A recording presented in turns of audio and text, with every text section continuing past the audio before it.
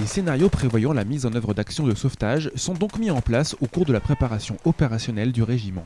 Dans ce cadre-là, des actions de reconnaissance, des actions de coup de main ou de bouclage de zone sur une zone refuge des groupes armés terroristes a conduit à ce qu'un certain nombre de soldats aient été touchés et aient été blessés au combat.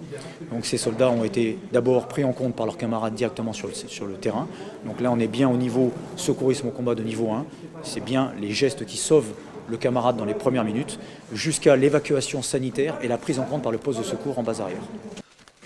Au-delà de la mise en œuvre de gestes de secourisme, le sauvetage au combat intègre la prise en compte des conditions militaires d'engagement.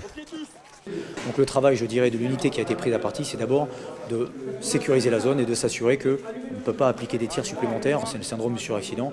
Si tout le monde se jette sur le blessé alors qu'il vient juste de se faire blesser, eh bien, on en aura d'autres. Sous l'œil attentif des instructeurs de la cellule secourisme, comme le sergent-chef Romain, les militaires mettent en application les gestes de secours qu'ils ont appris et que tous doivent connaître. Le secourisme civil étant la base du sauvetage au combat. Ces deux formations sont complémentaires, ce qui permet justement à nos personnels, une fois envoyés une opération, de pouvoir prendre en charge dans les meilleures conditions leurs camarades s'ils sont blessés.